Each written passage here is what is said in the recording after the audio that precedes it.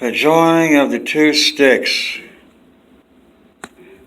The joining of the two sticks is found in Ezekiel 37, verse 16 through 22.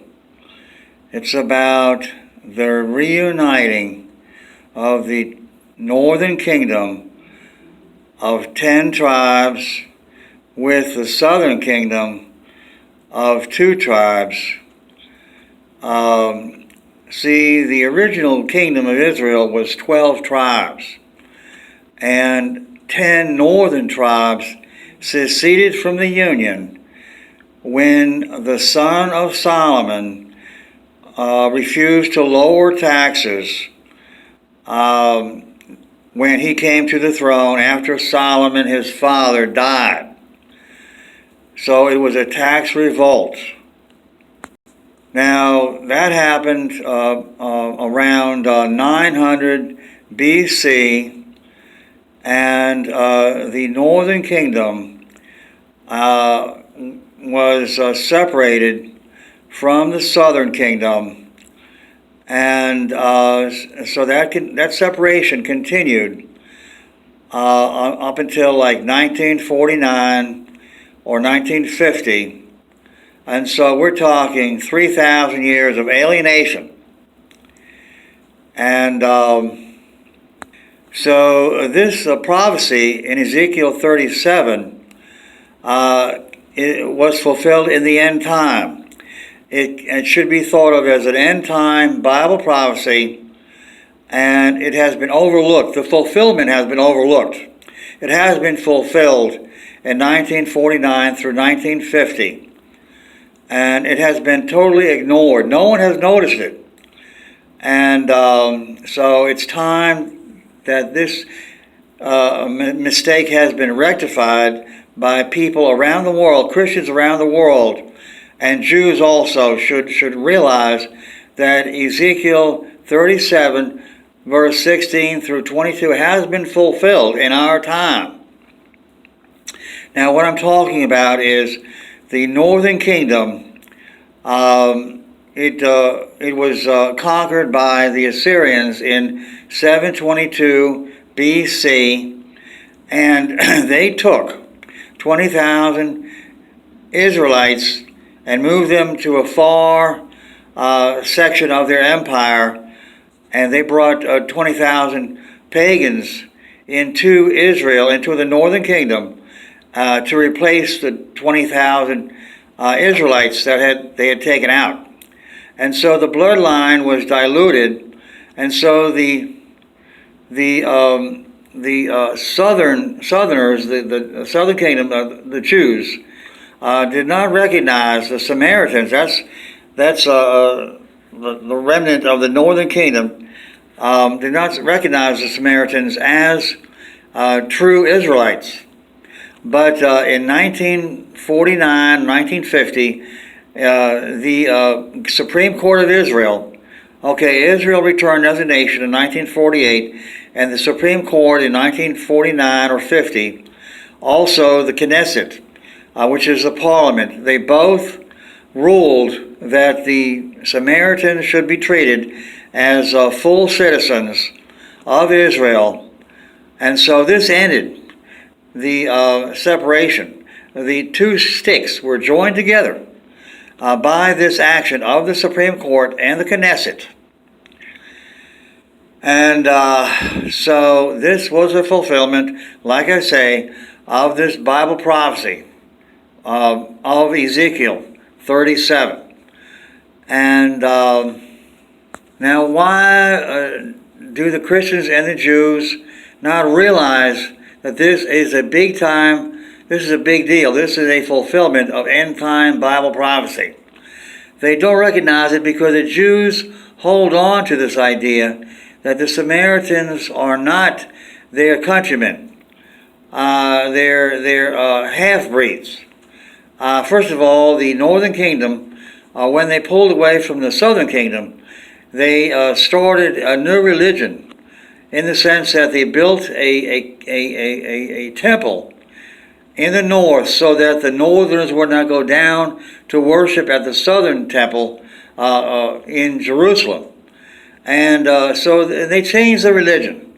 They set up golden calves to be the gods of the northern kingdom. And so you can see that this is a real problem. And the northern kingdom accepted the Bible only the first part, the 5 books of Moses called the Torah, and also the book of Joshua. So there were 6 books instead of the 30, something like 33. Anyway, maybe 39 that make up the Old Testament. But so the Jews had a basis for being distant, holding their distance from the northern kingdom. But still, that does not change the fact that they are true Israelites, even though their religion was not what it should be, and also their bloodline was diluted. Well, King David, his bloodline was diluted. His grandmother or great-grandmother was Ruth. She was a Moabitess, and so there was a diluting there, but he is considered a true Jew, of course. And so the northern kingdom, the remnant, should be considered true Israelites. See, when the north was accepted, well, in 1948, Israel came back, but they only represented the southern kingdom, and so it was not really the return of Israel yet.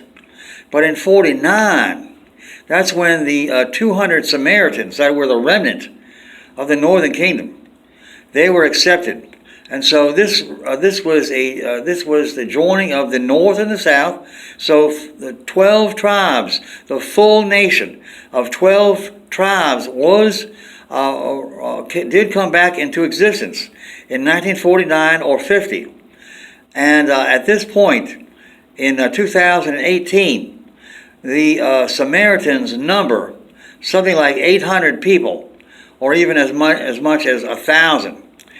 They have intermarried with the Jews, but still they are the northern kingdom. And, well, of course, the north has been reunited with the south. But anyway, I brought this to your attention because it has been overlooked, and this has been unfair to Ezekiel 37, verse 16 through 22. Now, why is this important in another way? In verse 23, it says Israel would not go astray again after they had returned to the land. And so this is evidence, this is a proof text against the idea that Israel will make a peace treaty with the Antichrist. They will not make a peace treaty with the Antichrist. That is a total misunderstanding of Daniel 9, verse 27. It does not speak about a peace treaty.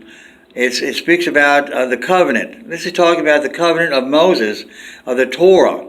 It says that the prince who shall come, the people of the prince who shall come will invade Israel and destroy Jerusalem and tear down the temple.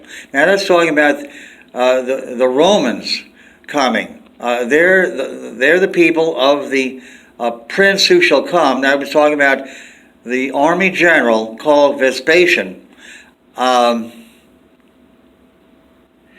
I'm looking at something here. There's a note on the screen.